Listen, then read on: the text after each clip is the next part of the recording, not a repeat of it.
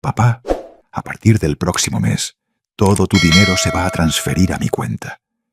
Mi hijo dijo esto como si yo fuera su empleado. Esa tarde, él y su esposa vinieron a mi casa para una cena gratis. Pero cuando entraron a mi sala, ambos gritaron con pura desesperación. Nunca voy a olvidar el sonido de ese grito. Era un grito de terror auténtico, ¿sabes? De esos que te congelan el alma. Vino desde mi sala, desde el corazón de mi hogar, desde el lugar que había construido con el sudor de mi trabajo. Y mientras escuchaba a mi hijo Miguel y a esa mujer gritar como si hubieran visto al mismísimo diablo, yo solo podía pensar una cosa. Finalmente entienden quién soy realmente. Pero espera, déjame contarte bien cómo llegamos hasta ahí. Porque esta historia no comenzó esa noche de jueves. No, comenzó una semana antes, cuando mi único hijo entró a mi cocina y dijo esas palabras que me partieron el corazón en dos. Papá, siéntate. Necesitamos hablar seriamente. Yo estaba preparando café. Recuerdo el olor fuerte llenando la cocina, el vapor subiendo de la cafetera vieja que mi difunta Lupita me había regalado hace 22 años. Miguel entró sin siquiera saludar, con esa postura de hombre importante que había adquirido después de convertirse en gerente de ventas. Corbata azul marino, zapatos boleados, colonia demasiado cara para alguien que todavía rentaba su departamento. ¿Qué pasa, mijo? ¿Quieres café? No quiero café, papá. Quiero hablar de cosas serias. Mi nombre es Roberto Hernández. Tengo 68 años, jubilado del Instituto Mexicano del Seguro Social, después de trabajar 35 años como contador en una empresa textil en Guadalajara, Jalisco. Recibo 11,000 pesos mensuales de pensión. Pero lo que realmente sostiene mi vida son las 2 propiedades comerciales que compré, juntando mi liquidación de 35 años, con lo que obtuve al vender el coche de Lupita después de su muerte. 2 oficinas sencillas en el centro de Guadalajara, que rento a un despacho contable y una sastrería. Juntas me traen 28,000 pesos al mes. Soy viudo desde hace 12 años. Mi Lupita murió de un infarto mientras veía las noticias de las 8 en Televisa. Fue rápido, dijo el doctor, como si eso aliviara el dolor. Crié a mi Miguel solo desde entonces. Tenía 26 años cuando perdimos a su madre, pero todavía me necesitaba para tantas cosas. Siéntate, papá. Esto no va a ser rápido. Me senté, y fue entonces cuando mi hijo comenzó a destruir todo lo que yo pensaba que todavía teníamos. Mira, Valeria y yo hemos estado platicando mucho estos días, y estamos preocupados por ti. Valeria. Solo escuchar ese nombre, mi estómago se revolvió, pero no dije nada. Solo esperé a que continuara. Te estás poniendo mayor, papá.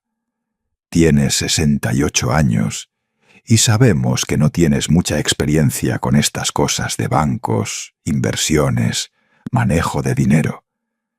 ¿A qué te refieres, Miguel? Llevo 12 años manejando mi dinero solo y nunca he... Déjame terminar. Me cortó. Me cortó como si yo fuera un niño interrumpiendo al adulto que está hablando. Hemos decidido que lo mejor para ti, por tu propio bien, es transferir el manejo de todo a mi cuenta. Tus rentas, tu pensión, todo. Yo lo administraré por ti y te daré una mensualidad. Así no tienes que preocuparte por nada. El silencio que cayó en esa cocina fue pesado como plomo. Una mensualidad, papá. Como 4,000 pesos al mes. Es más que suficiente para ti. No sales, no viajas, no gastas nada excesivo. Y mira, antes de que te enojes, esto es por tu propio bien. Tú solo tienes preparatoria. Nunca has entendido realmente de bancos, de impuestos. ¿Qué tal si alguien te estafa? ¿Qué tal si desarrollas Alzheimer y empiezas a darle dinero a desconocidos. Miré a mi hijo, el niño que había sostenido en mis brazos toda la noche cuando tuvo varicela, el hombre que había llorado en mis brazos cuando murió su madre, y no reconocí nada de él en ese momento. Miguel, no tengo Alzheimer y sé cuidar lo que es mío. Papá, no hagas esto difícil. Valeria está embarazada. Mi corazón dio un brinco. ¿Embarazada? ¿Vas a tener un bebé? Por eso necesitamos el dinero. Un bebé es caro, papá. Necesitamos arreglar el departamento, comprar una cuna, una carriola, ropa. Quieres que tu nieto viva bien, ¿verdad? Y ahí estaba el chantaje emocional envuelto en papel de regalo. Hijo, si necesitas ayuda, yo puedo. No es ayuda, papá. Es administración. A partir del próximo mes, todo tu dinero se transferirá a mi cuenta. Ya hablé con mi abogado. Todo es legal. Solo necesitas firmar unos papeles. ¿Y si no quiero? La forma en que me miró en ese momento, Dios mío, fue como si me hubiera convertido en un enemigo. Entonces tendremos que tomar otras medidas, papá. Medidas legales. Nadie quiere verte explotado o que pierdas todo por una tontería. ¿Me entiendes? ¿Una amenaza? Mi propio hijo me estaba amenazando. Trae esos papeles el jueves. Ven a cenar aquí. Trae a Valeria. Hablaremos con calma. Sonrió. Esa sonrisa de alguien que piensa que ya ganó. Sabía que entenderías, papá. Llegaremos como a las 8 de la noche. Y se fue. Dejó el café enfriándose en la mesa y mi corazón roto en el piso. Pero lo que mi hijo no sabía, lo que esa manipuladora de Valeria no tenía idea, era que yo no había construido todo lo que tenía siendo tonto. Y desde ese momento, cada palabra, cada movimiento, cada decisión que tomara sería calculada. Porque la noche del jueves, cuando entraran a mi sala esperando verme firmar toda mi vida a ellos, la sorpresa que les esperaba haría que ese grito de desesperación resonara en su memoria por el resto de sus vidas. Si me estás escuchando ahora y has vivido algo similar, o conoces a alguien sufriendo en manos de un hijo ingrato, quédate conmigo. Suscríbete al canal Los Consejos del Abuelo, porque esta historia apenas comienza. Y lo que pasó ese jueves te va a demostrar que nunca, jamás, debes subestimar a un padre que ha sido empujado demasiado lejos. La pregunta que martillaba en mi cabeza mientras limpiaba la taza de café que mi hijo no había querido tomar era simple. ¿Cuándo perdí a mi muchacho? ¿Cuándo este hijo que tanto amaba se convirtió en este desconocido de corbata azul que me hablaba como si fuera un viejo senil? Pero iba a averiguarlo. Y en ese descubrimiento, ellos iban a aprender una lección que nunca olvidarían. Después de que Miguel se fue ese día, me quedé sentado en la cocina casi una hora, solo mirando esa taza vacía, sintiendo el peso de mis 68 años caer sobre mis hombros como nunca antes. ¿Sabes cuándo te das cuenta de que todo en lo que creías era mentira? Que todos los esfuerzos, todos los sacrificios, todo el amor que diste, simplemente no significaron nada. Me levanté, lavé la taza, la sequé con el trapo de flores que mi vecina Beatriz me había regalado la Navidad pasada, y luego fui a mi recámara. Abrí el cajón del viejo ropero de caoba, ese que Lupita había comprado en el tianguis del Baratillo en 1998, y saqué la pequeña caja de metal donde guardaba fotos viejas. Necesitaba recordar quién era. Necesitaba recordar qué había construido. La primera foto que tomé era del día que murió mi Lupita. No había foto de ese día, obviamente, pero había una de 2 meses antes, nuestro aniversario de bodas. 31 años juntos en ese momento. Ella con esa sonrisa amplia, su pelo canoso bien peinado, abrazándome mientras yo soplaba las velas del pastel. No teníamos dinero para una fiesta, así que éramos solo nosotros dos, y Miguel en nuestra sala sencilla, con el ventilador viejo haciendo ruido. Lupita era enfermera en el Hospital Civil de Guadalajara. Trabajaba dobles turnos, llegaba a casa agotada, pero siempre encontraba energía para nosotros. Historias, risas, ese olor a lavanda y desinfectante que se quedaba en su ropa. Murió viendo las noticias. Simplemente inclinó la cabeza hacia un lado y se acabó. El doctor dijo que fue rápido, que no sufrió, pero yo sí sufrí. Dios mío, ¿cómo sufrí? Pasé 3 meses sin poder dormir bien. Me despertaba a medianoche esperando escuchar su respiración a mi lado, el sonido de la respiración pesada de alguien que había trabajado todo el día. Y solo había silencio. El departamento donde vivíamos era rentado. Lo único de valor que quedaba era el viejo Nissan Tsuru, que Lupita había comprado 2 años antes, un sedán blanco del 2006, ya gastado, pero todavía funcionando. Miguel lo quería quedarse. Dijo que lo vendería y usaría el dinero para invertir en algo, pero yo dije no, mijo. Este carro y mis ahorros son todo lo que tenemos. Es todo lo que dejó tu madre, y lo voy a usar para garantizar nuestro futuro.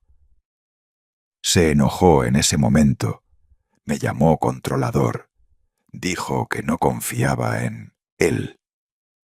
Tenía 26 años, pensaba que sabía todo de la vida, pero no cedí. Vendí el carro, tomé ese dinero y fui a ver a un agente inmobiliario que asistía a la parroquia del barrio en Zapopan. Señor Delgado, tengo mi liquidación y unos ahorros, cerca de 1.600.000 pesos. Quiero comprar algo que me traiga ingresos. Me mostró estas 2 propiedades comerciales. Eran chiquitas, necesitaban renovación. Estaban en un edificio algo descuidado en el centro viejo de Guadalajara, pero el precio era bueno. 1,5 millones por las 2.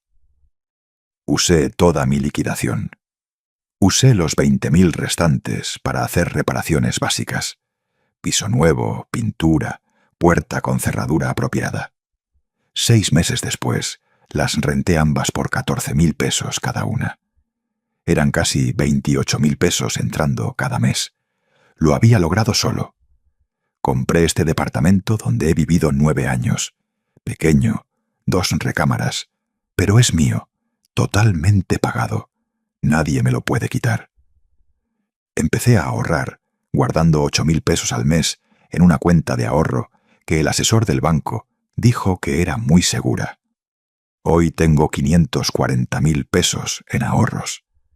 Sudor, cada centavo ganado con trabajo honesto y mucho sacrificio. Y todo este tiempo cuidé de mi hijo. Le presté dinero cuando quiso tomar un curso de negocios, 13.000 pesos que prometió devolver, y nunca lo hizo. Pagué la mitad de su endodoncia cuando el seguro no cubrió todo. 3.200 pesos. Le regalé 16.000 pesos cuando rentó su primer departamento solo para que pudiera comprar muebles. Miguel siempre estuvo cerca de mí. Me llamaba todos los días. «Oye, papá, ¿cómo estuvo tu día?» Hablábamos de todo, de su trabajo, las muchachas con las que salía, sus planes para el futuro. Cuando murió Lupita, fue él quien sostuvo mi mano en el funeral y dijo: «Papá, nunca te voy a abandonar». Le creí. Guardé esa promesa en mi corazón como si fuera oro. Pero hace 3 años conoció a Valeria en un evento corporativo donde trabajaba. Ella era parte del equipo de mercadotecnia. Elegante, cabello largo, uñas siempre arregladas. Esa actitud de alguien que creció con dinero y nunca tuvo que demostrar nada a nadie. Bonita, no lo voy a negar, pero había algo en sus ojos que me incomodaba. 6 meses después de que empezaron a salir, Miguel me llamó. «Papá, me voy a casar». «¿Casarte?» «Pero, mijo, apenas se conocen. Cuando sabes, sabes, papá. Y yo sé que ella es la mujer de mi vida».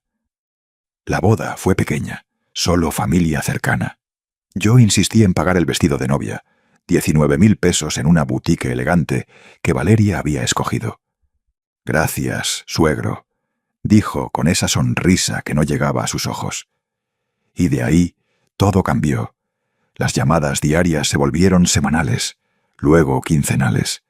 Yo llamaba y él contestaba apurado: «Papá, estoy ocupado». Hablamos luego. Luego a veces tardaba una semana. En Navidad del 2023, por primera vez en 1938 años, mi hijo no pasó la Nochebuena conmigo. «Papá, la familia de Valeria insiste en que estemos allá. ¿Entiendes, verdad?» Pasé Navidad solo. Compré un pavito pequeño, hice romeritos, arroz, esa ensalada que a Miguel le encantaba. Puse todo en la mesa y comí mirando la silla vacía frente a mí. Para mi cumpleaños 67, llegaron 2 horas tarde. Había preparado birria, el platillo favorito de Miguel desde niño. Cuando finalmente tocaron el timbre, la comida estaba fría. «Perdón, papá». «Se nos fue el tiempo», dijo sin mirarme a los ojos. Se quedaron 40 minutos. Valeria pasó todo el tiempo en su celular. Ni siquiera probaron bien la birria. Y los préstamos nunca pararon. «Papá, ¿me puedes prestar 8.000 pesos? Es solo hasta que salga el bono». «Papá, necesito 13.000 para cambiar las llantas del carro. Te los devuelvo el próximo mes». «Papá, Valeria necesita trabajo dental. ¿Puedes prestar 16.000? Es urgente». Siempre prestaba. Siempre. Porque era mi hijo, mi único hijo. Y un padre no le niega nada a su hijo, ¿verdad? Pero el dinero nunca regresaba. Y ahora, sentado en mi cocina sosteniendo esa foto de Lupita, entendí. Había estado ciego. Había confundido el amor de padre con ser un tapete. Había dado tanto, tanto, que mi hijo había olvidado darme el mínimo respeto. Guardé la foto de nuevo en la caja. Me limpié las lágrimas que insistían en caer. El jueves venía, y con él vendría también la verdad. Valeria Montes de Oca. Ese era su nombre completo. Lo memoricé porque lo vi en la invitación de boda impresa, en ese papel caro con letras doradas. En ese momento pensé que era hermoso. Hoy, solo recordar ese nombre me revuelve el estómago. La primera vez que la conocí fue un domingo de marzo hace 3 años. Miguel me llamó todo emocionado. «Papá, quiero presentarte a alguien muy especial». Llegaron tomados de la mano. Ella traía un vestido blanco con lunares negros, sandalias de tacón, lentes oscuros caros, cabello lacio hasta la espalda, piel bronceada, uñas rojas impecables. Bonita, sí, pero había una frialdad en su sonrisa que me hizo estrechar su mano algo seco. «Mucho gusto, don Roberto. Miguel me ha platicado mucho de usted». «Mucho gusto, señorita. Pasen, pónganse cómodos. Preparé una buena comida. Pollo rostizado con hierbas, papas cambray, calabacitas. De postre, pay de manzana». Había pasado toda la mañana preparando. Puse el mantel bonito en la mesa, los platos que solo usaba en ocasiones especiales. Durante la comida, Valeria miraba alrededor de la sala con esa mirada de alguien que está evaluando todo. Notó el librero de madera donde guardaba portarretratos, el sillón beige que tenía desde hacía 15 años, la tele vieja de tubo que todavía funcionaba perfectamente. «¡Qué hogar tan acogedor, suegro!». «¿Acogedor?». La palabra sonó como un insulto disfrazado. «El pollo está excelente, papá», dijo Miguel, devorando su plato. «Yo no como mucha ave. Me da acidez», comentó Valeria empujando la comida en su plato sin realmente comer. «Pero está interesante. Interesante». Otra palabra que dolió. Después de comer, mientras yo lavaba platos, la escuché comentarle a Miguel en la sala: «Amor, ¿Tu papá no piensa en cambiar esa tele? Nadie usa teles de tubo ya. Le gustan las cosas viejas, vale. Déjalo. ¿Pero está tan anticuado? ¿Anticuado? Esa palabra la escuché claramente. Las siguientes semanas fueron una sucesión de pequeñas puñaladas, siempre envueltas en sonrisas falsas. Cuando me ponía una camisa que me gustaba, suegro, ¿no está ese estampado algo noventero? Cuando mostraba orgulloso platillos que había hecho, ¡ay, qué calórico! No puedo, estoy a dieta. Tenía 29 años, trabajaba en mercadotecnia para una empresa de cosméticos. Ganaba bien, al menos eso decía siempre Miguel. Sus papás vivían en un fraccionamiento cerrado en Colonia Providencia. Dinero no les faltaba a esa familia, pero al parecer modales sí. La boda se realizó 6 meses después, demasiado rápido para mi gusto. Pero Miguel estaba encantado, cegado por la pasión. Me tragué mis preocupaciones y pagué su vestido. 19.000 pesos. 19.000 pesos por un vestido que solo usaría una vez. Gracias, suegro. No debió hacerlo.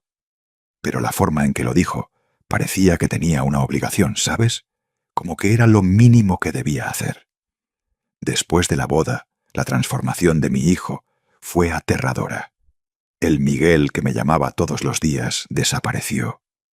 En su lugar apareció un hombre siempre ocupado, siempre apurado, siempre con excusas ya hechas. Papá, no puedo hablar ahorita. Estoy en una junta. Papá, tenemos un compromiso. No podemos ir hoy. Papá, tienes que entender que ahora tengo mi vida. Mi vida ahora. Como si antes yo no fuera parte de su vida. Empecé a escuchar cosas. Mi vecina Beatriz, que vive aquí desde hace 20 años y lo ve todo, me contó que había escuchado a Valeria hablando por teléfono frente al edificio. Amor, cuando vayamos con tu papá, nos quedamos media hora máximo. No aguanto estar en ese departamento anticuado. Me da ansiedad. Departamento anticuado. Este departamento que había comprado con mi sudor, que amueblé poco a poco con cuidado, eligiendo cada detalle. Para mi cumpleaños 67, cuando llegaron tarde, escuché, aún sin querer, su discusión en el pasillo del edificio antes de tocar el timbre. Miguel, ¿en serio tenemos que ir? Estoy cansada. Vale, es el cumpleaños de mi papá. No puedo no ir. Está bien, pero no nos quedamos mucho. Luego vamos a la carne asada de Roberto. Esa sí va a estar buena. Entraron con sonrisas falsas. Abracé a mi hijo, sintiendo que abrazaba a un desconocido. Y las peticiones de dinero, esas nunca pararon. Pero ahora siempre venían con Valeria en el fondo dirigiendo. Cuando Miguel me pidió 16.000 pesos para el trabajo dental de Valeria, pregunté, «Mijo, ¿pero ella no tiene seguro de la empresa?» «Sí, papá, pero no cubre el implante y lo necesita. Si no, va a tener problemas al masticar». Transferí el dinero. 2 semanas después vi en su Instagram, sí, me había creado una cuenta solo para seguirla, una foto en una playa de Puerto Vallarta. «Vacaciones de ensueño», decía el pie de foto. Unas vacaciones pagadas con mis 16.000 pesos. Aparentemente. Hubo un día en que comparó padres frente a mí. Fue el Día del Padre del año pasado. Yo había hecho una comida especial tratando de reunir lo que quedaba de nuestra familia. Miguel vino con ella, obviamente. «Sabe, suegro, mi papá es más moderno. Juega golf, va al spa, viaja mucho. ¿No piensa en hacer algo así? Conocer gente nueva. Conozco gente en mi grupo de la parroquia, señorita». La iglesia. Hizo una mueca. Hablo de cosas más estimulantes. Estimulantes. Como si mi vida estuviera vacía, sin interés, sin valor. Miguel no dijo nada. Solo siguió comiendo, ojos abajo, evitando mirarme. Fue entonces cuando empecé a percibir la verdad. Mi hijo no simplemente se había casado, se había entregado. Había dejado que esta mujer reprogramara cada parte de él, borrando poco a poco todo lo que yo había construido en él. El niño que me abrazaba llorando cuando tenía pesadillas había desaparecido. El joven que decía, «Te quiero». Papá al final de cada llamada había desaparecido. En su lugar estaba este hombre de corbata, controlado por su esposa, mirándome como si yo fuera un problema a resolver. Y cuando entró a mi cocina hace 3 semanas, con esa propuesta absurda de controlar mi dinero, finalmente entendí. No era su idea. Nunca lo había sido. Era Valeria usando a mi hijo como títere para meter sus manos en lo que era mío. Ella quería mi dinero, quería mis propiedades, quería convertirme en un viejo dependiente, controlado, útil solo para lo que ellos necesitaran. Sentado ahí en mi sala 3 días antes de ese fatídico jueves, tomé una decisión. Levanté el teléfono y llamé a un número que había guardado por meses. «Bueno, licenciada Méndez, habla Roberto Hernández. Usted dijo que si necesitaba ayuda legal solo tenía que llamar, pues la necesito». Y mientras le explicaba la situación a la abogada, sentí algo crecer en mí. No era enojo, no era pena. Era algo más frío, más calculado. Era justicia esperando el momento correcto para manifestarse. Martes, 2 días antes de la cena, estaba en la cocina preparando la lista del súper, cuando sonó el celular. Era Miguel. «Papá, solo para confirmar. Jueves, 8 de la noche. Vale y yo vamos. Ándale, mijo. Voy a hacer ese lomo de cerdo que te encanta». Silencio del otro lado. Luego dijo en un tono que intentaba sonar casual, pero que sonaba ansioso. «Papá, ¿has pensado en lo que platicamos?» «He pensado mucho, Miguel. Mucho. Y hablaremos el jueves». «Con calma. Trae los papeles que mencionaste». Lo escuché respirar aliviado. «Sabía que entenderías, papá. Solo queremos lo mejor para ti». Colgué y miré mi propia mano. Estaba temblando. No de miedo, de adrenalina, de algo que no había sentido en mucho tiempo. Pura determinación. Miércoles por la mañana fui al notario del centro. La licenciada Méndez me esperó ahí, una carpeta de documentos bajo el brazo.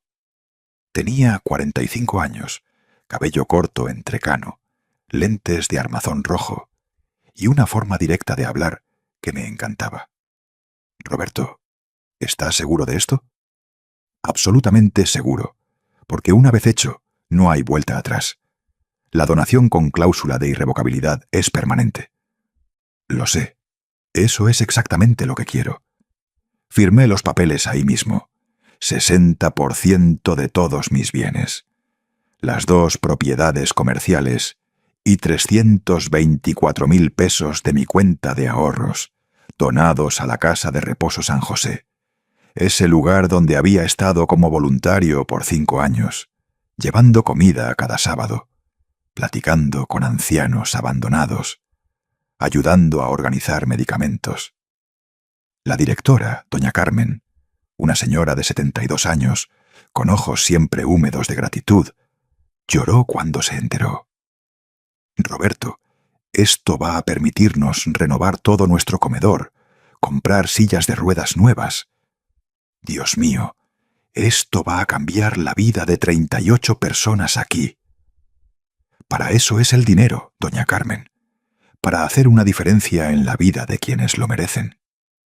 El 40% restante lo dividí entre mis 3 primos, Rosa, Fernando y Alejandra. Gente sencilla, trabajadora, que siempre me visitaban, que me llamaban para preguntarme cómo estaba, que me llevaban a comer los domingos sin más interés que mi compañía. Cuando salí del notario, me detuve frente a una tienda de marcos. Entré y compré un marco grande de vidrio color turquesa, ese color vibrante, alegre, imposible de ignorar. «¿Se lo envuelvo de regalo?», preguntó la vendedora. «No, gracias. Es para mí. En casa puse una copia certificada del documento de donación en el marco. Se veía claramente a través del vidrio, las letras pequeñas pero legibles. Lo coloqué en el aparador de la sala, volteado hacia la pared. Nadie lo vería hasta el momento correcto. El jueves llegó lento, como si el universo quisiera darme tiempo para sentir cada segundo. Me levanté a las 6 de la mañana, tomé una ducha larga, me puse loción con aroma a sándalo y tabaco que Alejandra me había regalado. Elegí ropa sencilla pero elegante, pantalón negro, camisa blanca bordada. Ese reloj que Lupita me había regalado para nuestro 10º aniversario. Fui al mercado. Compré un lomo de casi 600 pesos, pero el mejor que había. Compré tocino, ajo, cebolla, papas, zanahorias. Llevé vino blanco para sazonar la carne. Una botella de vino tinto bueno para acompañar. 320 pesos. También compré ingredientes para hacer arroz con leche. Y de postre decidí hacer flan napolitano, el favorito de Miguel desde niño. Llegué a casa cargando las bolsas pesadas. La señora Beatriz me vio en el pasillo. «Roberto, déjame ayudarte con eso». «Gracias, Beatriz». Me ayudó a subir las compras. Cuando pusimos todo en la cocina, ella miró la cantidad de comida y preguntó: «¿Tienes visitas? Mi hijo viene a cenar esta noche». «Ah, Miguel, qué bonito. Hace rato que no venía, ¿verdad?» «Hace rato». Debió haber sentido algo en mi tono, porque tocó mi brazo cariñosamente.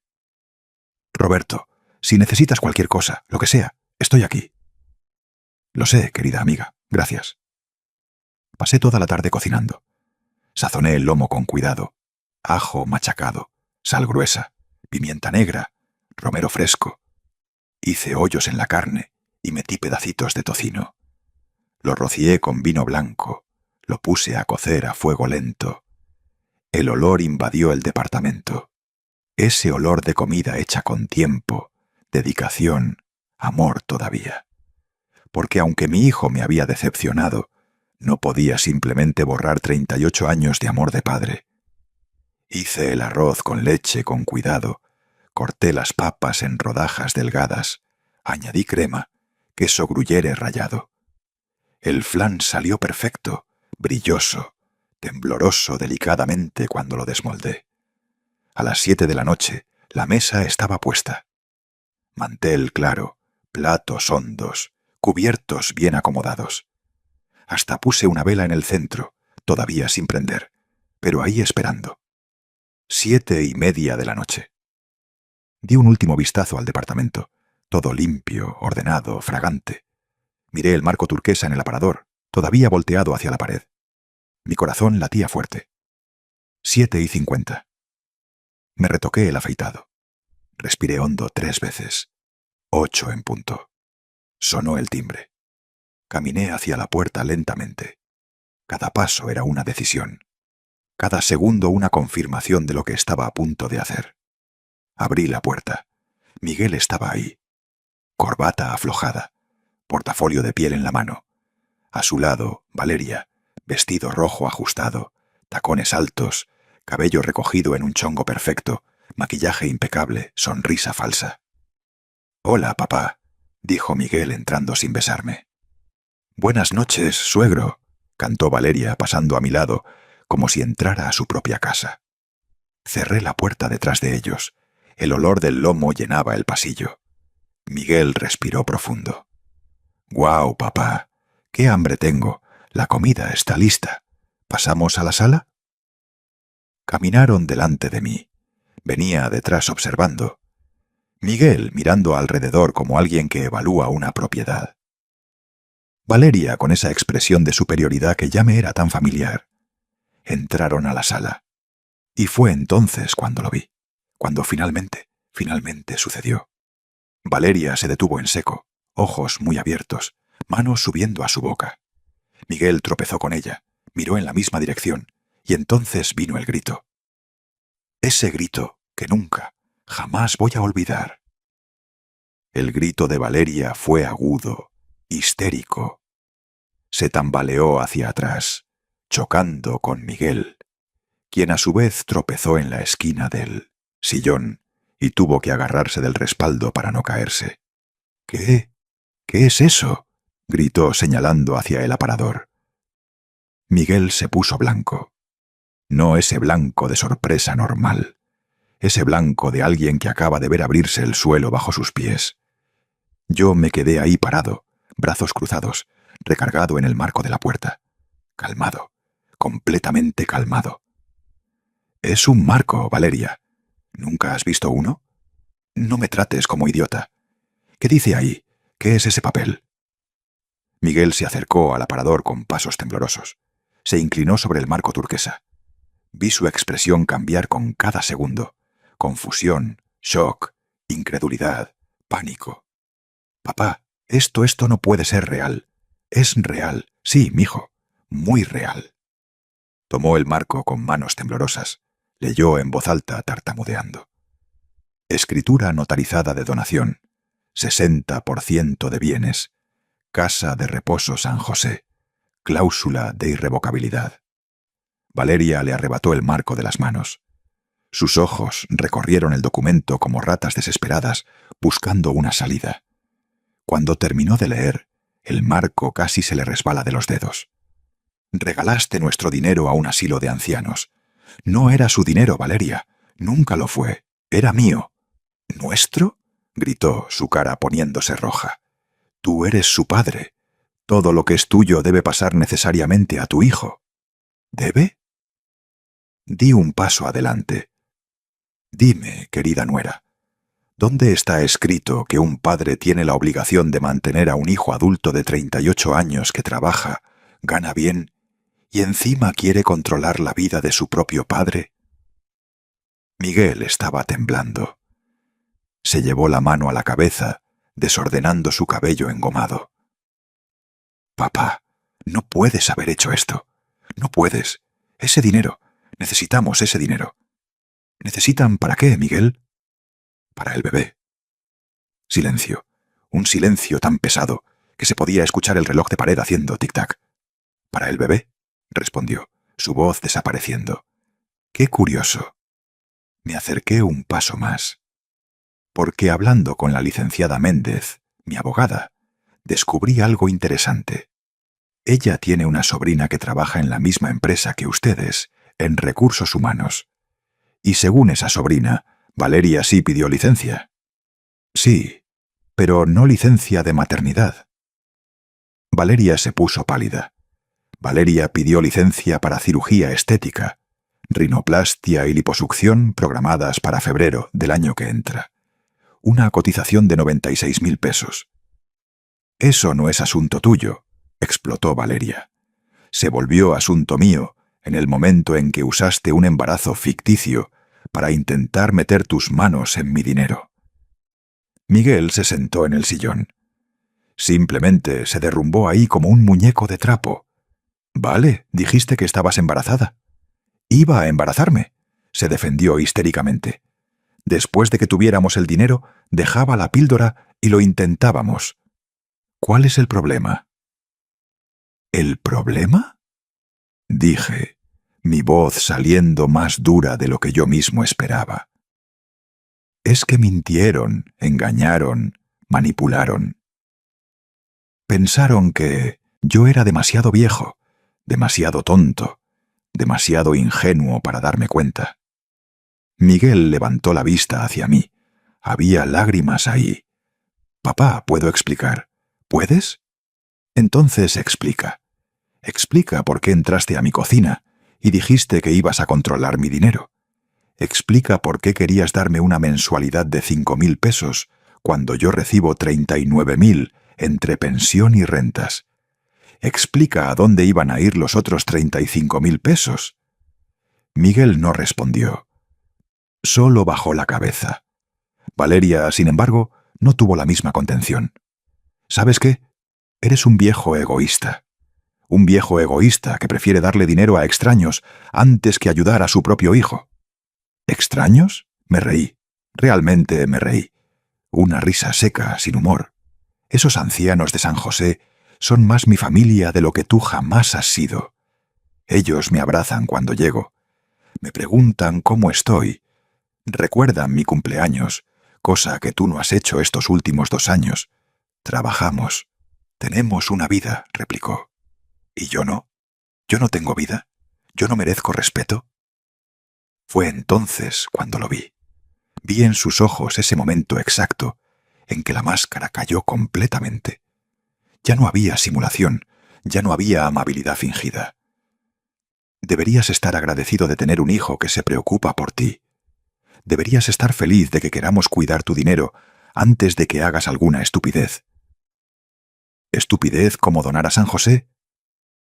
Sí, es tirar el dinero a la basura. Miré a mi hijo. Seguía sentado, cabeza agachada, manos temblorosas. Miguel, ¿estás de acuerdo con ella? No respondió. Miguel, te estoy haciendo una pregunta. ¿Piensas que tiré el dinero a la basura? Lentamente, muy lentamente, levantó la cabeza. Sus ojos se encontraron con los míos. Y en esa mirada lo vi. Vi que había perdido a mi hijo hace mucho tiempo. Quizás hace 3 años. Quizás antes. Quizás en el momento exacto en que decidió que yo era un problema que manejar y no un padre a quien amar. Papá, tú no entiendes. Tenemos planes. Necesitamos comprar un departamento más grande, cambiar de carro. Vale quiere hacer una maestría. Todo eso cuesta dinero. ¿Y yo soy la vaca que van a ordeñar para financiar sus sueños? No es así. Es exactamente así, Miguel. Por primera vez mi voz se alzó. Por primera vez en 3 semanas dejé salir el enojo. Querías convertirme en un viejo dependiente, controlado, sin autonomía alguna. Querías darme una migaja de lo que es mío, mientras ustedes usan el resto para vivir su vida. Valeria tiró el marco en el sillón con fuerza. ¿Sabes qué? Vamos a impugnar esta donación. Vamos a demostrar que estabas senil cuando firmaste, que fuiste manipulado. Suerte con eso. Crucé los brazos. La licenciada Méndez anticipó eso. Por eso tuve un examen neurológico completo el lunes. Todo está documentado. Estoy en pleno uso de mis facultades mentales. La donación es irrevocable y legal. No van a poder anularla. El silencio que cayó fue diferente. Era el silencio de la derrota. Valeria miró a Miguel. «Haz algo. ¿Qué quieres que haga?» Explotó por primera vez contra ella. «Mi papá donó el dinero. Se acabó. Perdimos». «¿Perdimos?», dio un paso atrás. «¿Tú crees que me voy a quedar contigo ahora después de enterarme de que tu padre no tiene nada?» Y ahí estaba la verdad desnuda, cruda. Miguel la miró como si hubiera recibido una bofetada. «Vale. ¿Hablas en serio?» «Hablo en serio. Yo no me casé contigo para batallar, Miguel. Me casé contigo porque dijiste que tu padre tenía dinero guardado, propiedades, que todo llegaría a nosotros algún día. Mi hijo se puso de pie. ¿Solo estabas conmigo por el dinero de mi papá? Abre los ojos. ¿Crees que eres un príncipe? ¿Un simple gerente de ventas que gana 35.000 pesos al mes?» La bofetada verbal resonó en la sala. Y yo solo observaba. Observaba a mi hijo descubrir de la forma más dolorosa posible a quién había elegido en lugar de su propio padre. Pero la noche no había terminado todavía. Yo había guardado lo mejor para el final. Valeria agarró su bolsa del sillón con tanta fuerza que la correa casi se rompe. No me voy a quedar aquí escuchando esto. Miguel, ¿vienes o te quedas? Miguel estaba paralizado en medio de la sala, mirando a veces a ella, a veces a mí, como si finalmente, después de 3 años, estuviera viendo la realidad por primera vez. «Vale, espera, necesitamos hablar». «¿Hablar? ¿Hablar?». Se rió, pero era una risa amarga, llena de veneno. «No hay nada que decir. Yo me largo. Lidia con tu padre y tu vida mediocre». Pasó a mi lado como un huracán, abrió la puerta violentamente y salió dando un portazo. El sonido resonó por todo el departamento. Miguel se quedó ahí, perdido. Parecía un niño otra vez. Un niño asustado que no sabía qué hacer. «Mijo», dije suavemente, «siéntate. Esto no ha terminado todavía. Papá, necesito alcanzarla. Siéntate». El tono de mi voz fue tan firme que obedeció sin cuestionar. Se sentó en el sillón, manos temblorosas, respiración agitada. Caminé al aparador, tomé el marco turquesa, lo sostuve contra mi pecho por un segundo sintiendo el peso de este momento. «Miguel, este documento aquí es real. Realmente doné el 60% de mis bienes a la Casa de Reposo San José, y el 40% restante lo dividí entre Rosa, Fernando y Alejandra». Levantó la vista, incrédulo. «¿Me dejaste fuera?» Lo hice. Porque familia no es cuestión de sangre, mijo. Es cuestión de presencia, de respeto, de amor verdadero. Cosas que tus primos me dieron y tú no. Vi una lágrima correr por su cara. «Papá, pero hay algo que no sabes todavía». Volteé el marco hacia él. «¿Ves esta fecha arriba?» Se inclinó. Leyó. 18 de noviembre de 2025. 2 días después de que viniste aquí a darme ese ultimátum. 2 días después de que dijiste que ibas a controlar mi dinero. Miguel se quedó callado, procesando la información. ¿Sabes por qué lo hice tan rápido? Porque ya sospechaba, mijo. Llevaba meses notando cosas. Las conversaciones más cortas, las peticiones de dinero cada vez más grandes, la forma en que Valeria miraba este departamento calculando valor. «Papá, yo nunca quise...» «Déjame terminar». Me senté en el sillón frente a él. «En tu boda hace 3 años, escuché una conversación. Estabas en el baño. Valeria estaba afuera con una de sus amigas y la escuché decir: «El viejo tiene buenas propiedades. Cuando estire la pata, vamos a hacer un buen 14». Miguel se puso blanco otra vez. «Escuché, Miguel, escuché. Y fingí no escuchar, porque no quería creer que mi hijo había elegido casarse con alguien así. Pero desde ese día empecé a prestar atención a cada detalle, cada palabra. Me puse de pie, fui al librero y tomé mi celular. ¿Y sabes qué más hice? Grabé. Grabé todas nuestras conversaciones de los últimos 6 meses. Sus ojos se abrieron mucho. ¿Grabaste? Grabé. ¿Y quieres escuchar? Sin esperar respuesta, presioné play en el primer audio. La voz de Miguel salió del teléfono clara como el cristal. «Vale, mi papá está poniéndose un poco raro. Creo que deberíamos empezar a pensar en internarlo, ¿sabes? En un lugar que lo cuide bien. Así tomamos control de sus propiedades antes de que las regale todas a la iglesia o haga algo estúpido».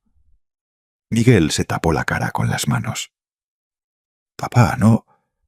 Presioné otro audio, esta vez la voz de Valeria. «Amor, cuando se muera vendemos todo y nos vamos de viaje a Europa como siempre he soñado. 3 meses, París, Londres, Roma. Va a ser perfecto». Y la respuesta de mi hijo: «Sí, mi amor, solo tenemos que ser pacientes». El silencio que invadió la sala fue absoluto. Miguel estaba llorando ahora. Sollozos amortiguados, hombros temblorosos. «Tengo 15 audios, Miguel. 15 conversaciones donde ustedes planean mi futuro como si yo ya estuviera muerto, donde discuten montos, estrategias, formas de convencerme de firmar poderes. Papá, lo siento tanto». «¿Sientes o sientes porque te cacharon?»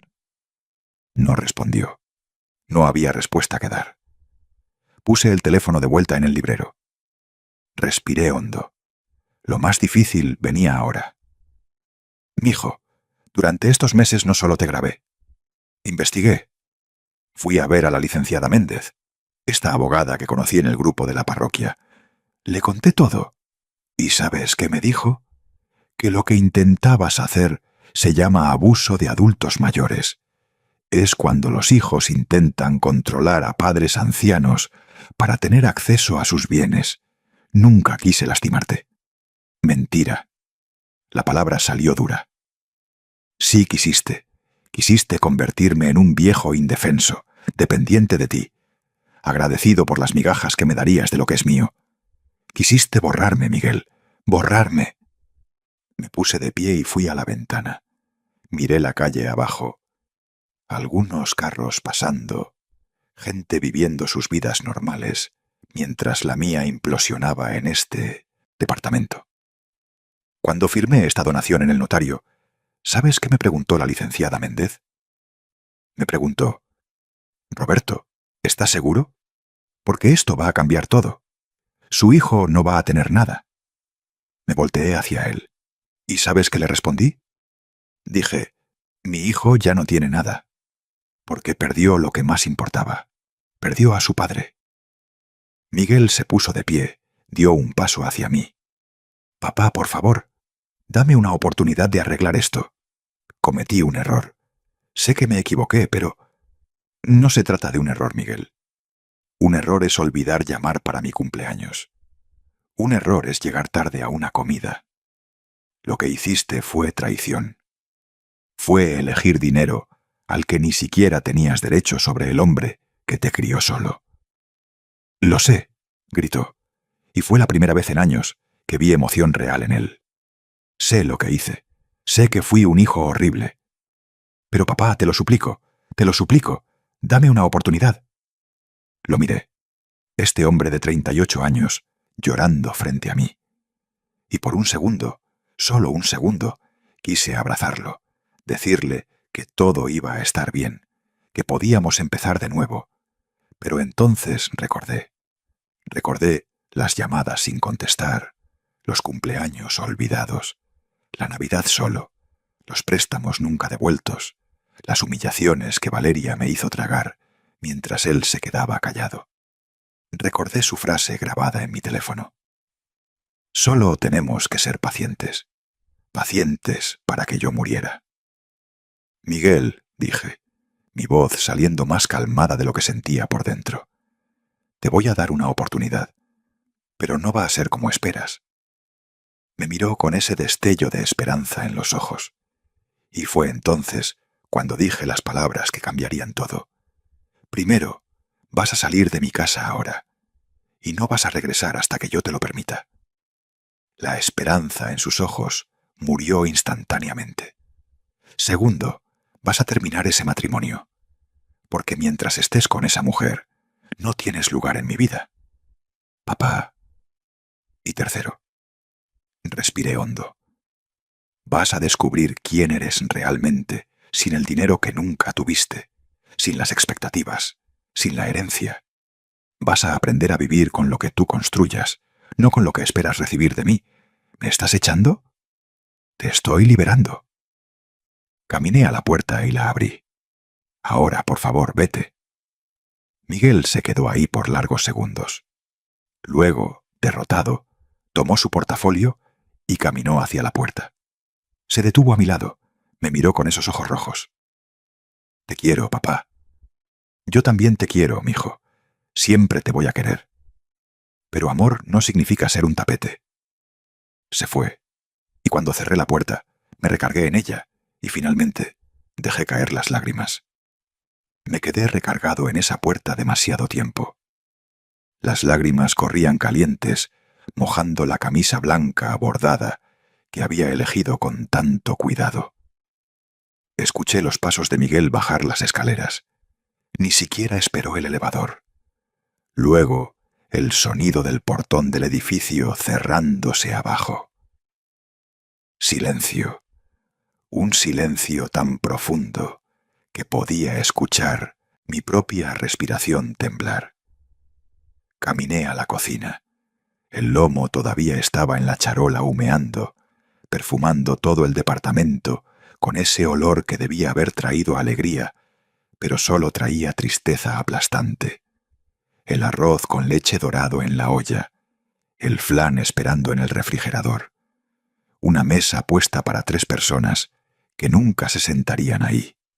Me senté en la silla, miré toda esa comida y empecé a llorar otra vez. Pero esta vez era diferente. No era solo tristeza, era también alivio. Ese sentimiento extraño de alguien que acaba de hacer lo más difícil de su vida y no sabe si fue la decisión correcta. El teléfono sonó. Miré la pantalla. Beatriz. Roberto, ¿estás bien? Escuché gritos. Estoy bien, Beatriz. Solo arreglé unos asuntos familiares. ¿Necesitas compañía? No, querida amiga. Necesito estar solo ahora. Colgué y me quedé ahí mirando la comida que nadie iba a comer. Pensé en llamar a Beatriz, repartir todo esto, pero mi cuerpo no respondía. Solo podía quedarme ahí sentado, sintiendo el peso de cada decisión que había tomado. ¿Había ido demasiado lejos? ¿Había otra solución? Pero entonces recordé los audios, las conversaciones, la frialdad con la que planeaban mi futuro, como si yo fuera un objeto, no una persona. No, había hecho lo correcto. La noche pasó lenta. No pude dormir. Me quedé dando vueltas en mi cama mirando el techo, reproduciendo cada palabra dicha, cada expresión en la cara de Miguel. Ese momento en que se dio cuenta de que había perdido todo. No el dinero. A mí. Me había perdido a mí. El viernes amaneció gris. Estaba lloviznando, esa llovizna molesta que nunca para. Estaba tomando café, solo una taza, sin apetito para más, cuando sonó el teléfono. Número desconocido. ¿Bueno? Roberto, habla Victoria Montes de Oca, la mamá de Valeria. Mi sangre se congeló. Nunca había hablado con mi consuegra. Solo la había visto de lejos en la boda. Buenos días, señora Montes de Oca. Buenos días, nada. Su voz era filosa, cargada de enojo. ¿Sabe en qué estado llegó mi hija a casa anoche? Me imagino. ¿No le da vergüenza hacerle esto a su propio hijo? ¿Regalar todo a desconocidos? Respiré hondo. Señora Montes de Oca, con todo respeto, esto no es asunto suyo. Sí es asunto mío cuando usted destruye el matrimonio de mi hija. Valeria está devastada. Pasó toda la noche llorando. Quizás debió pensarlo antes de usar mentiras para intentar robarme. ¿Robar? Está loco. Ellos solo querían ayudarlo. ¿Ayudarme dándome 4.000 pesos de mi propio dinero? Esa es ayuda. Silencio del otro lado. Luego, vamos a demandarlo por difamación, por abuso de adultos mayores, por todo lo posible. Suerte. Tengo todo grabado. Tengo evidencia. Tengo una abogada y tengo un certificado médico que comprueba que estoy en pleno uso de mis facultades mentales. Demándenme si quieren, van a perder. Es usted un viejo amargado y egoísta.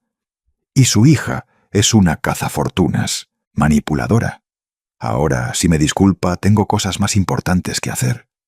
Le colgué. Mis manos temblaban, pero era de enojo, no de miedo. El teléfono volvió a sonar. Miguel. Dejé que sonara, sonara, sonara. Luego llegó un mensaje. Papá, por favor, contesta. Necesitamos hablar. Lo ignoré. Otro mensaje. Papá, sé que estás enojado, pero esto no va a resolver nada. Otro. No me voy a dar por vencido. Otro. Vale se fue de la casa. Tomó sus cosas y se fue. Papá, todo se está cayendo a pedazos. Puse el teléfono en la mesa. No iba a contestar. No ahora. Quizás nunca. Llegó el sábado e hice lo que siempre hacía. Fui a la casa de reposo San José. Doña Carmen me recibió con ese abrazo apretado que siempre da. Roberto, querido, ¿cómo estás? Estoy sobreviviendo. Doña Carmen, nos enteramos de lo de su hijo. La confusión. Las noticias vuelan, ¿verdad? Vuelan. Pero quiero que sepa que lo que usted hizo aquí ha cambiado la vida de tantas personas. Ven, déjame mostrarte. Me llevó al comedor. Estaba renovado. Paredes pintadas de un amarillo alegre claro. Mesas nuevas, sillas cómodas, una cocina industrial moderna, donde antes solo había estufas viejas cayéndose a pedazos. Todo esto se hizo con la donación, Roberto. Y mira, me llevó al patio. Habían construido una zona techada con bancas. Había plantas, flores, un lugar para los que querían sol sin quemarse. Don Salvador, de 83 años, me saludó con la mano. «Roberto, ven acá, hijo». Me senté a su lado. Tomó mi mano con esas manos llenas de manchas de la edad. «Escuché lo que hiciste. Escuché que renunciaste a todo por nosotros aquí. No fue todo, don Salvador. Fue una parte. Pero fue la parte que importaba, ¿verdad? Porque elegiste a la gente que te respeta en lugar de la gente que te usaba». Apretó mi mano. «Eres un hombre muy valiente». Y ahí, sentado junto a ese anciano caballero que había sido abandonado por sus 3 hijos hace 7 años, que nunca recibía visitas, que solo nos tenía a nosotros del asilo como familia, entendí. Había tomado la decisión correcta. Porque amor no es cuestión de obligación, no es cuestión de sangre, es cuestión de elección. Y yo había elegido dar mi amor, mi dinero, mi vida, a quienes realmente lo valoraban. Llegué a casa por la tarde. Tenía 47 llamadas perdidas de Miguel, 83 mensajes. Leí algunos. «Papá, Valeria pidió el divorcio. Papá, estoy solo. Papá, tenía razón sobre ella. Papá, por favor, contéstame». Pero no contesté, porque perdón no es algo que das cuando te lo piden.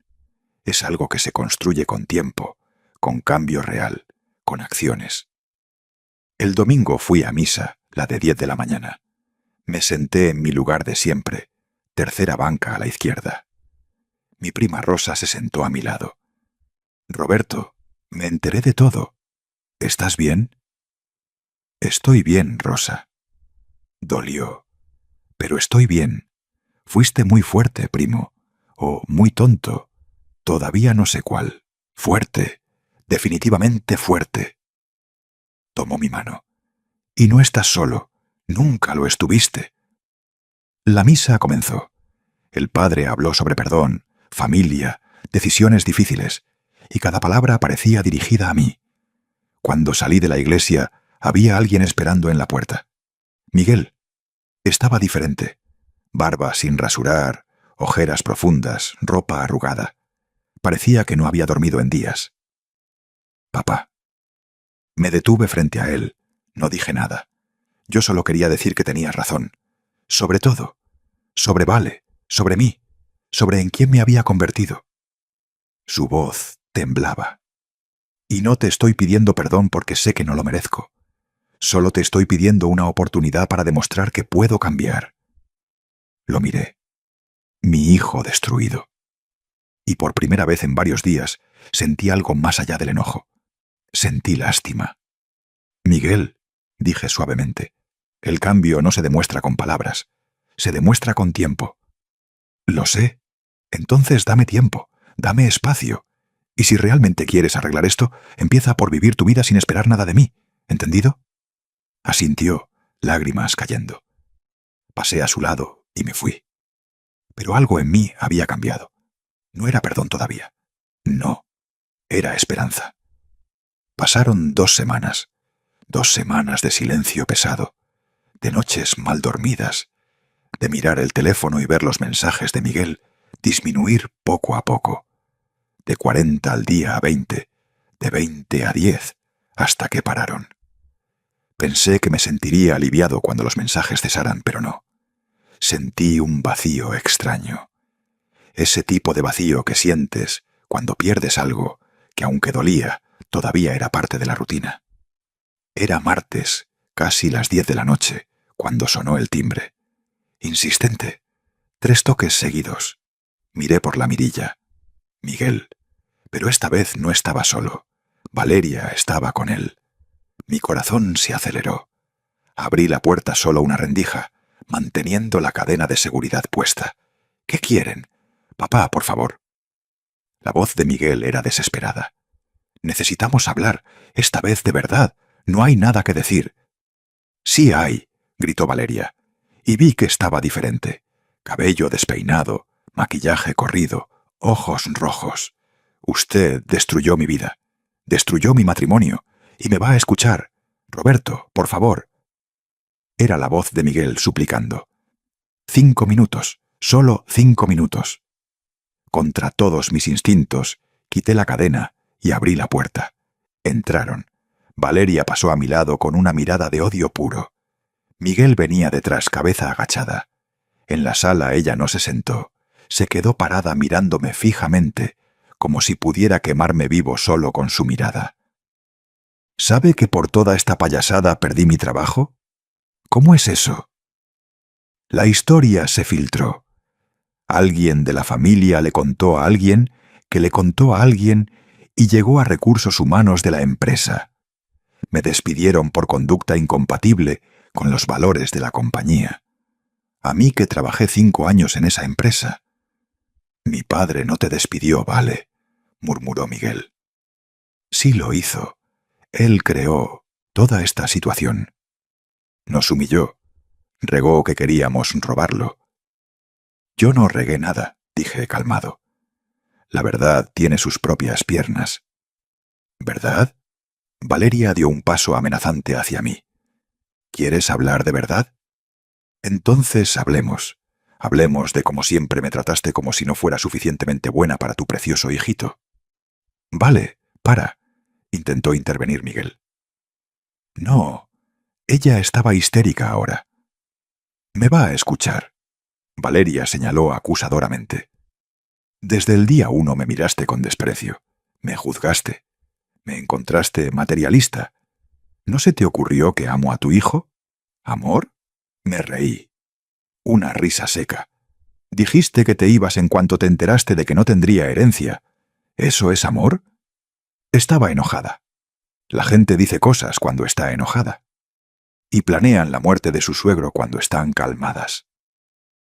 Porque tengo eso grabado, Valeria. Te tengo grabada hablando del viaje a Europa después de mi muerte. Su cara se puso roja. Eso era broma.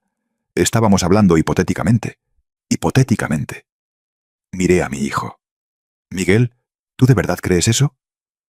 No respondió. Miró al piso, manos en los bolsillos, derrotado.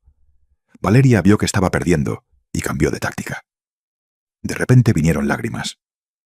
Mire, don Roberto, quizás me pasé de la raya. Quizás dije cosas que no debí. Pero usted tiene que entender. Vengo de una familia acomodada. Estoy acostumbrada a cierto nivel de vida. Y cuando Miguel me dijo que usted tenía ahorros, propiedades, pensé que podíamos contar con eso. ¿Contar conmigo o con mi dinero? Con ambos. No es malo querer seguridad financiera. No, pero es malo querer mi seguridad financiera. Limpió sus lágrimas falsas. Podríamos haber llegado a un arreglo. Usted pudo habernos ayudado sin necesidad de regalar todo a desconocidos. Esas personas no son desconocidas. Sí lo son. Ni siquiera conoce a la mayoría. Los conozco mejor que a ti. Las palabras salieron filosas. Sé el nombre de cada uno. Sé sus historias. Sé cuántos hijos tuvieron y cuántos los abandonaron. Don Salvador tiene 3 hijos. Ninguno lo visita. Doña Esmeralda tiene 5. Solo uno llama una vez al año en Navidad. Don Valdemar tiene 2. Ambos desaparecieron después de que tuvo su derrame y no pudo trabajar más. Valeria se quedó callada. Estos son los desconocidos que elegí ayudar. Personas que fueron tiradas por su propia familia. Como tú y mi hijo querían hacer conmigo, nunca íbamos a tirarlo. No. Entonces dime, Valeria, ¿cuál era el plan después de poner mi dinero en tu cuenta?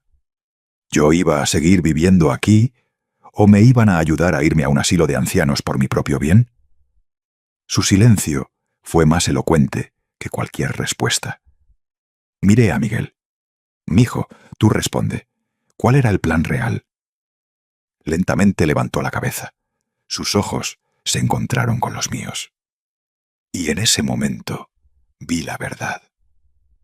Nosotros habíamos platicado que podrías vivir en un lugar con más estructura, con enfermeras, cuidadores. ¿Un asilo? No era un asilo, papá. Era una residencia asistida, de lujo, con todo lo que necesitarías, excepto libertad, excepto dignidad, excepto vida. Papá, solo queríamos lo mejor para ti. Mentira. La palabra salió como un grito. Nunca le había gritado así a mi hijo. Querían mi dinero. Querían sacarme del camino para vivir su vida sin peso en su conciencia. Querían meterme en un rincón en algún lado y fingir ser caritativos. Miguel dio un paso atrás como si hubiera recibido una bofetada. ¿Y sabes qué es lo que más me duele? No es el dinero, no son las propiedades. Es que tú, mi hijo, el niño que crié, al que cuidé cuando estaba enfermo, por quien trabajé doble para darle educación. Tú me miraste y viste una cosa, un obstáculo entre ti y lo que querías. Eso no es verdad. Sí lo es. Porque si me vieras como un padre, como una persona, nunca habrías aceptado ese plan. Nunca habrías entrado a mi cocina a decir que ibas a controlar mi vida. Valeria, viendo la situación escapársele, intentó una última carta. ¿Sabe qué? Se merecen el uno al otro. Un viejo terco y un hijo fracasado. Yo me largo. Se volteó para irse. Espera. Miguel fue hacia ella. No. Ya me cansé, Miguel. Me cansé de ti. Me cansé de esta situación. Me cansé de todo. Tú eliges, o yo o él. Y ahí estaba el ultimátum final. Miguel se detuvo en medio de la sala. Miró a Valeria. Me miró a mí. Y por primera vez vi a mi hijo pensar por sí mismo. Vale, no puedo elegir entre... Entonces ya elegiste. Agarró su bolsa. Buena suerte con tu padre y tu vida miserable. Yo merezco algo mejor. Y se fue dando un portazo. Miguel se quedó ahí temblando. Luego, lentamente, muy lentamente, se derrumbó. Cayó de rodillas en medio de la sala y empezó a llorar. No era el llanto de un adulto tratando de contenerse. Era el llanto de un niño, profundo, doloroso, real. Lo perdí todo, papá. La perdí a ella. Te perdí a ti. Perdí mi autorrespeto. ¿Qué hago ahora? Y ahí, viendo a mi hijo destruido en el piso de mi sala, sentí algo romperse en mí también. No era perdón todavía, pero era el comienzo de algo. Me quedé ahí parado mirando a mi hijo de rodillas en medio de la sala.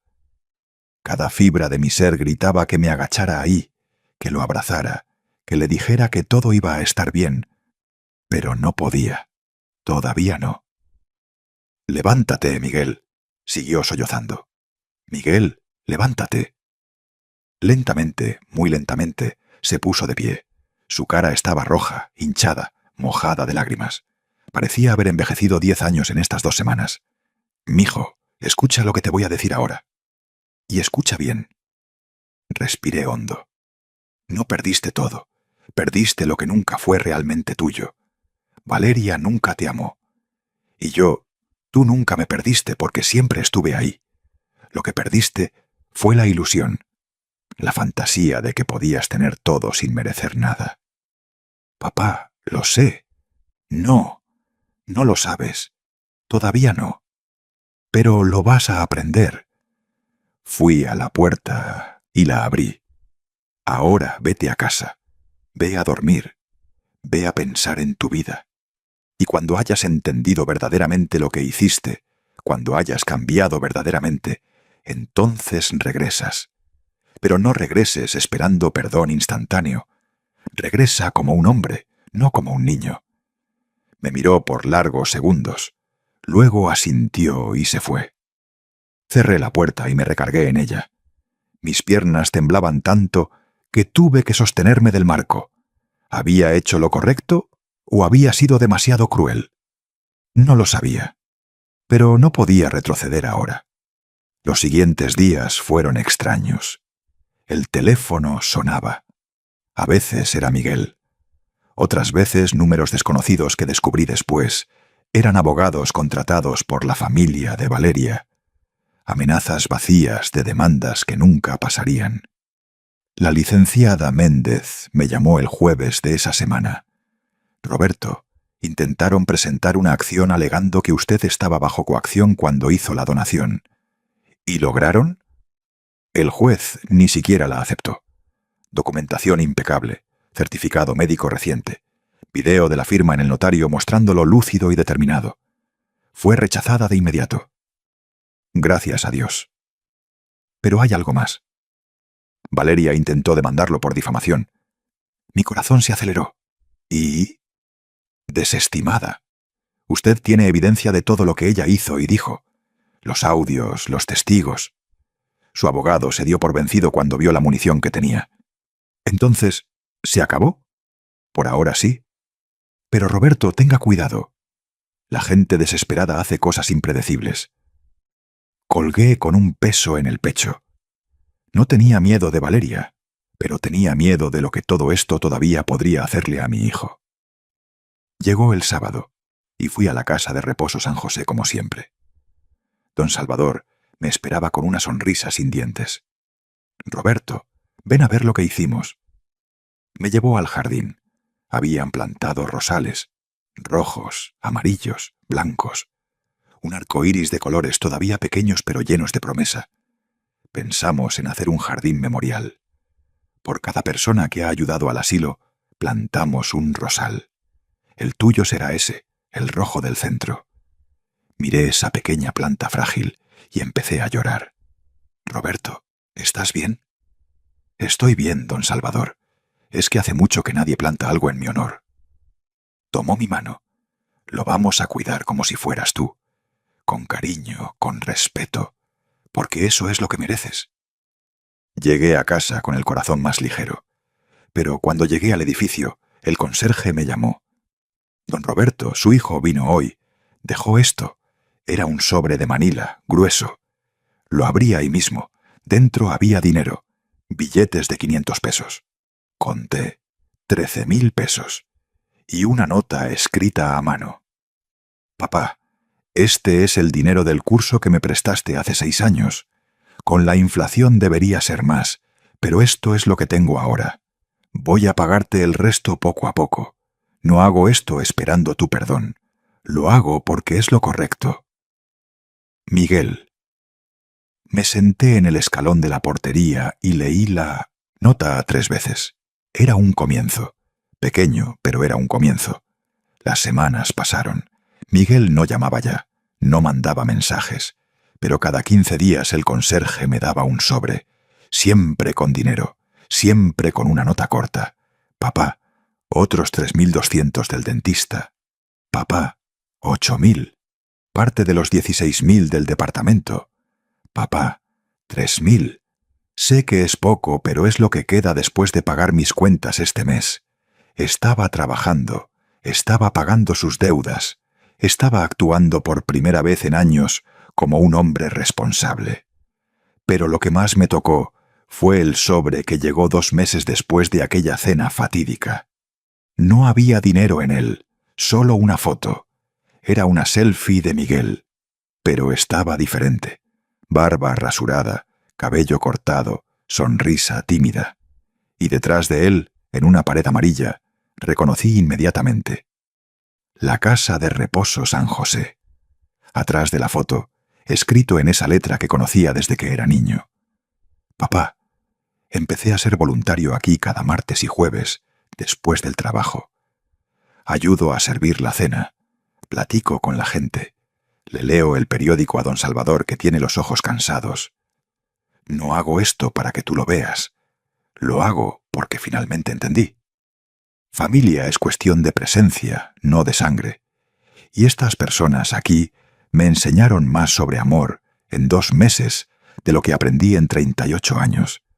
Gracias por mostrarme el camino, aunque dolió. Con amor, tu hijo. Me senté en la cama y lloré. Lloré tanto que Beatriz tocó la pared, preguntando si estaba bien. Estoy bien, Beatriz, estoy muy bien. Porque por primera vez desde que todo comenzó, sentí que había tomado la decisión correcta. No había sido fácil, había dolido como arrancarme un pedazo del alma, pero había sido necesario. El domingo fui a misa. Rosa se sentó a mi lado como siempre. Primo, te ves diferente hoy. ¿Ah, sí? Sí. Te ves más ligero. Creo que estoy aprendiendo a soltar, Rosa, a dejar que las cosas sean, a confiar en que las cosas se arreglarán en su tiempo. Esa es sabiduría, primo, sabiduría que solo los años traen. La misa comenzó. El padre habló del hijo pródigo, el padre que esperaba, el perdón que no es debilidad, sino la fuerza más grande que existe. Y cuando salí de la iglesia, ahí estaba Miguel, pero no estaba solo. A su lado, don Salvador en su silla de ruedas, doña Esmeralda con su andadera, 3 ancianos más del asilo. «Papá», dijo, su voz temblando, «traje a mi familia para que te conozcan». Los miré, al hombre en que se estaba convirtiendo, y sonreí. «Hola, mijo, qué bueno verte». No fue un abrazo, no fue un beso, no fue perdón completo, pero fue un paso, y a veces un paso es todo lo que necesitas para empezar un nuevo camino. Don Salvador extendió su mano hacia mí. «Roberto, tu hijo es un buen muchacho. Aprende rápido. Siempre ha sido bueno, don Salvador. Solo se perdió en el camino». «Pero ahora encontró el regreso», añadió doña Esmeralda. «Y tú fuiste el faro que lo guió». Nos quedamos ahí frente a la iglesia, platicando. Miguel se quedó un poco atrás, respetuoso, dejándome tener mi momento con estas personas que había elegido amar. Y cuando finalmente nos despedimos, y cada quien se fue por su lado, Miguel se acercó. «Papá, sé que todavía falta mucho, sé que no podemos arreglar todo de una vez, pero estoy intentando ser el hijo que mereces». Puse mi mano en su cara. Un toque breve, un toque que decía: «Lo sé, lo veo, sigue adelante. Iremos a nuestro propio ritmo, mijo. Sin prisa, sin presión, solo con honestidad. Está bien». Y por primera vez en meses sentí esperanza real. Si esta historia te ha tocado el corazón de alguna manera, si has vivido algo similar, o si conoces a alguien pasando por una situación así, déjame un comentario aquí. Cuéntame desde dónde estás viendo este video. Comparte tu historia, porque a veces necesitamos escuchar que no estamos solos, que otras personas también han enfrentado esto, que es posible levantarse, que la dignidad no tiene precio. Y si llegaste hasta aquí, muchísimas gracias por escucharme, por quedarte conmigo durante todo este recorrido. Dale like a este video, compártelo con quien necesite escucharlo y suscríbete al canal Los Consejos del Abuelo para seguir acompañando historias de vida, de superación, de hombres que se negaron a ser borrados. Un abrazo fuerte de un hombre que aprendió por las malas, que se enseña amor con límites, y que el regalo más hermoso que podemos darle a quienes amamos, a veces, es dejarlos aprender solos. Hasta la próxima historia. No olvides suscribirte a Los Consejos del Abuelo. Activa la campanita de notificaciones y cuéntame en los comentarios desde dónde nos estás viendo. Ha pasado un año completo desde aquella cena que puso mi vida de cabeza. Hoy, mientras preparo mi café matutino un jueves soleado de diciembre, miro por la ventana y veo un mundo completamente diferente al que veía antes. No porque el mundo cambió, sino porque yo cambié. El teléfono suena. Es Miguel. «Buenos días, papá. ¿Dormiste bien?» «Dormí bien, mijo. ¿Y tú?» «Bien también. Oye, la gente del asilo y yo estamos organizando una comida de Navidad. Queríamos saber si quieres hacer tu famoso arroz con leche». Sonreí. «Claro que sí, pero solo si tú haces el ponche de frutas. Trato hecho». «Te quiero, papá. Yo también te quiero, mijo». Cuelgo y me quedo mirando el teléfono. Hace un año esas palabras parecían imposibles. Hoy son parte de la rutina. Una rutina reconstruida. Ladrillo por ladrillo, conversación por conversación, gesto por gesto. Miguel cumplió todas sus promesas. Pagó cada centavo que debía. Trabaja duro. Lo ascendieron a director regional. Gana mejor ahora, pero sigue viviendo en el mismo departamento pequeño. ¿No quieres comprar algo mejor, mijo? Papá, no hay prisa. De la manera correcta. Va a la casa de reposo San José 4 veces por semana. Ahora. Se ha vuelto parte del lugar. Los ancianos lo llaman cuando necesitan algo. Los lleva al doctor, ayuda con trámites, les hace compañía. La semana pasada, don Salvador tuvo neumonía y lo hospitalizaron. Miguel pasó 3 noches durmiendo en la silla del hospital acompañándolo. Papá, me dijo cuando fui a visitarlo, ahora entiendo. Entiendo lo que sentías todos esos años cuando yo te dejaba solo. Y nunca quiero que nadie vuelva a sentir eso. Y sobre Valeria, bueno, la vida tiene una forma curiosa de entregar justicia poética. Me enteré por Beatriz, quien se enteró por su cuñada, quien se enteró por la vecina, en esa forma en que las noticias viajan en un pueblo pequeño, que su matrimonio con el empresario rico duró exactamente 7 meses. Él descubrió que tenía deudas enormes de tarjetas de crédito, más de 320.000 pesos, que había ocultado antes del matrimonio. Y no solo eso, también descubrió que había intentado abrir un negocio a su nombre sin autorización. El divorcio fue rápido y brutal. Ella no obtuvo nada. Regresó a vivir con sus papás, perdió su nuevo trabajo y, según me contaron, está trabajando como vendedora en una tienda de ropa en la plaza, ganando salario mínimo. No voy a mentir. Cuando me enteré, sentí una punzada de satisfacción. Pero pasó rápido, porque me di cuenta que la venganza más grande no fue que ella perdiera dinero. Fue que yo gané paz. Hoy es jueves, día de ir al asilo. Llego a las 2 de la tarde como siempre. Doña Carmen me recibe con un abrazo apretado. Roberto, ven a ver algo. Me lleva al ala nueva. Así es, ala nueva. Con la donación que hice y algunas otras que llegaron después, gente inspirada por mi historia, el asilo pudo expandirse. Ahora tiene capacidad para 60 ancianos. 22 personas nuevas llegaron estos últimos meses.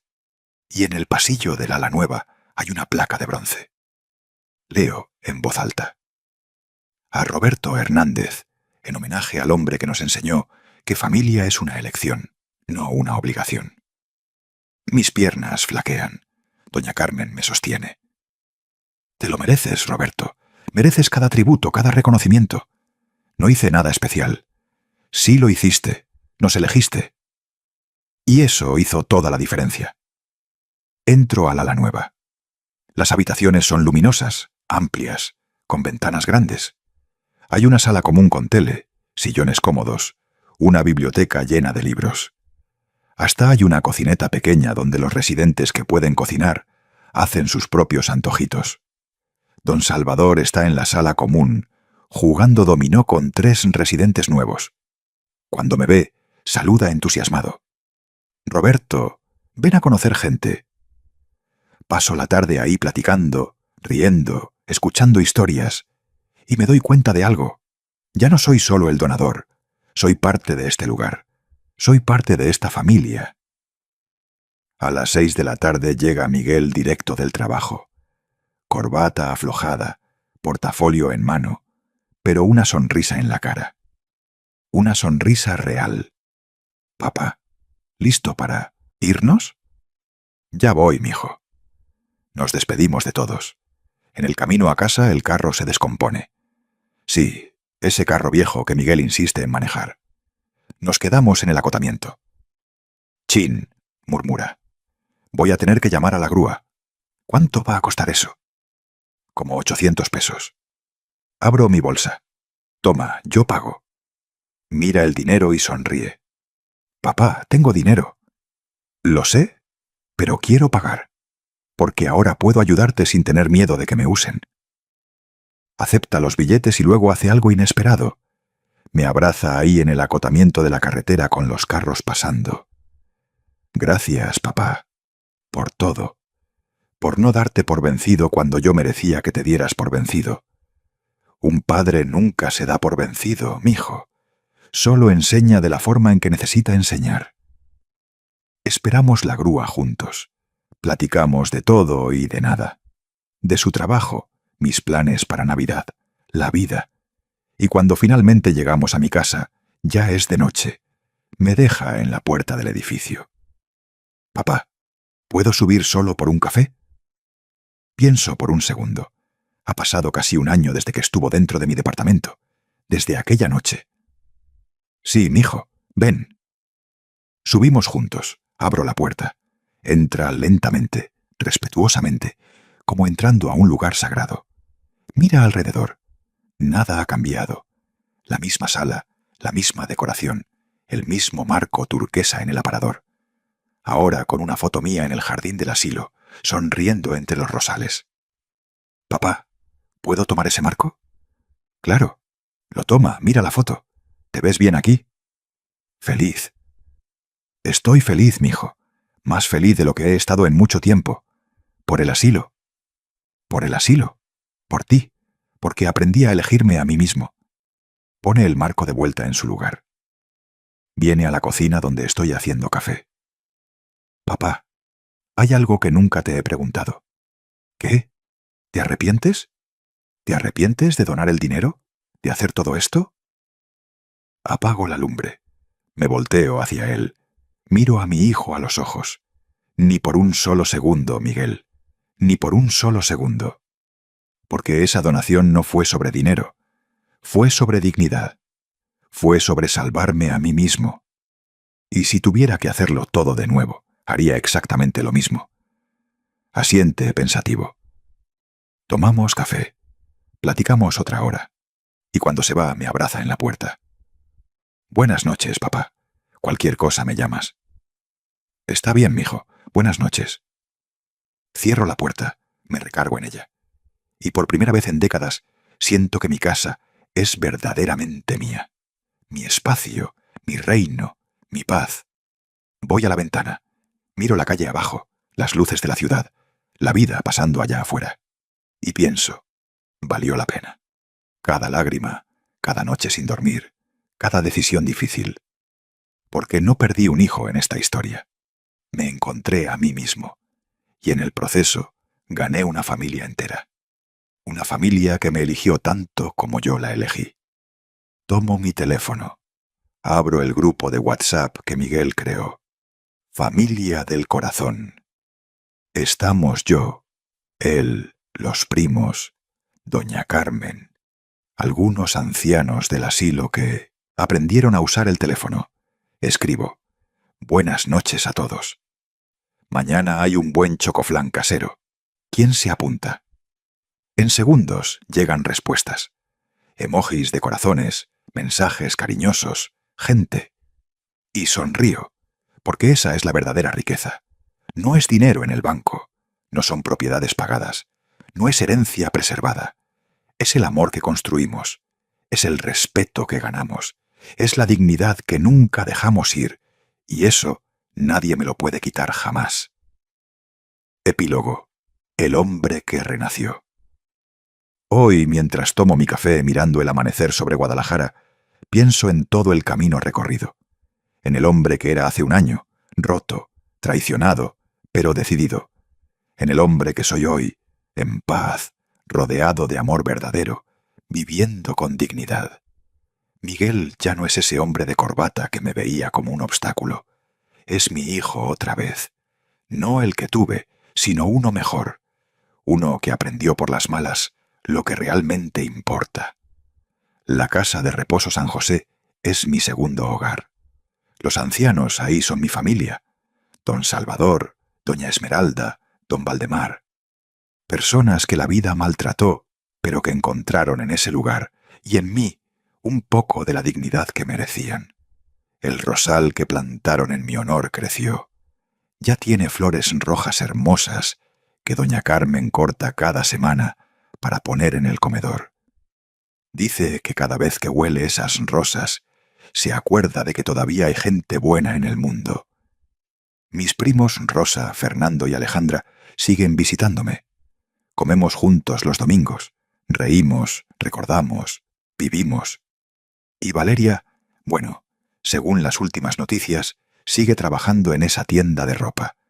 Dicen que está amargada, que culpa al mundo de sus problemas, pero yo ya no pienso en ella, porque el rencor pesa y yo elegí volar ligero. Esta mañana Miguel me llamó. «Papá, tengo noticias, buenas o malas». «Buenas.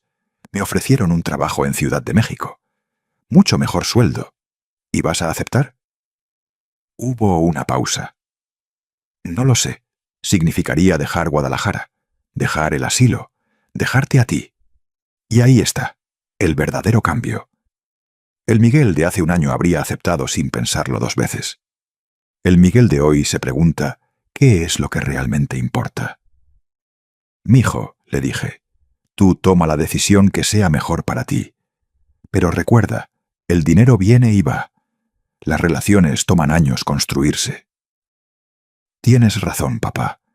Voy a pensarlo bien, y sé que lo hará. Porque ya no es el hijo que elegía dinero sobre dignidad. Es el hombre que aprendió que algunas cosas no tienen precio». Mientras termino mi café, miro la foto de Lupita que tengo en la sala. Mi Lupita que murió hace 12 años, y le hablo como si pudiera escucharme. «Lo logré, mi amor. Crié a nuestro hijo bien. Tomó un camino difícil, pero al final encontró el rumbo. Y yo también lo encontré. Afuera el sol termina de salir sobre Guadalajara.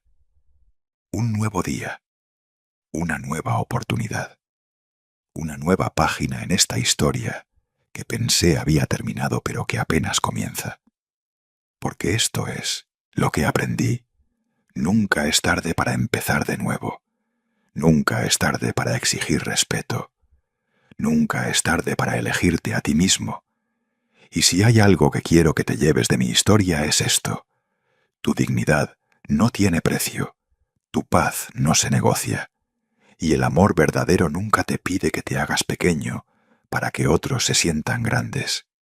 Vivo hoy con 69 años, en mi departamento pagado, con mi pensión modesta, sin las propiedades que doné, sin los ahorros que regalé. Pero vivo rico, rico en amor, en respeto, en paz. Y si pudiera volver atrás a aquella noche, cuando Miguel entró a mi cocina con su propuesta absurda, ¿sabes qué haría? Exactamente lo mismo, porque no cambiaría esta paz por todo el dinero del mundo. Gracias por acompañarme en este viaje. Gracias por escuchar la historia de un viejo que se negó a ser borrado, que eligió la dignidad sobre la comodidad, que enseñó amor con límites. Si esta historia te tocó, si te hizo pensar, si te dio fuerzas para enfrentar tu propia situación, entonces valió la pena compartirla. Recuerda suscribirte a los consejos del abuelo. Activa la campanita. Comparte este video con quien lo necesite. Y cuéntame en los comentarios, ¿desde dónde nos ves? ¿Has vivido algo similar? Un abrazo fuerte desde Guadalajara, Jalisco, México. De un padre que aprendió que a veces el mayor acto de amor es decir no. Hasta la próxima historia. Y nunca olvides, la familia se elige, el respeto se gana, y la dignidad nunca, jamás se negocia.